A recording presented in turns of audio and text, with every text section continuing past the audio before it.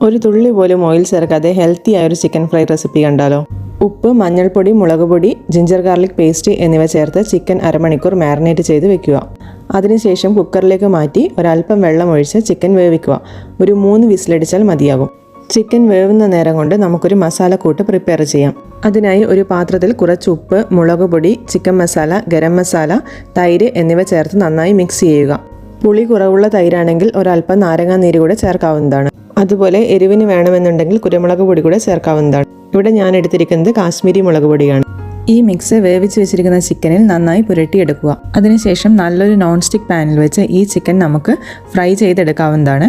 ഒട്ടും എണ്ണ തടവേണ്ട ആവശ്യമില്ല. ആകെ ശ്രദ്ധിക്കേണ്ടത് കോട്ടിംഗ് ഒട്ടും ഇളകി പോവാത്ത നോൺ സ്റ്റിക്ക് പാൻ ആയിരിക്കണം എന്ന് മാത്രമാണ്. നോൺ സ്റ്റിക്ക് പാനിൽ വെച്ച് ഫ്രൈ ചെയ്തെടുക്കുന്ന സമയത്ത് കുക്കറിൽ ബാക്കി വന്ന സ്റ്റോക്ക് നമുക്കിതിലേക്ക് ചേർക്കാവുന്നതാണ്. ഞാൻ ഇതിൻ്റെ മേലെ കുറച്ച് കസൂരി മേത്തി കൂടെ ആഡ് ചെയ്തിട്ടുണ്ട്. അത് ഓപ്ഷണലാണ്, ടേസ്റ്റ് കൂട്ടാൻ സഹായിക്കും. ചിക്കൻ്റെ സ്റ്റോക്ക് വറ്റുന്ന സമയം കൊണ്ട് തിരിച്ചും മറിച്ചുമിട്ട് പെട്ടെന്ന് ചിക്കൻ ഫ്രൈ ചെയ്ത് മാറ്റേണ്ടതാണ്.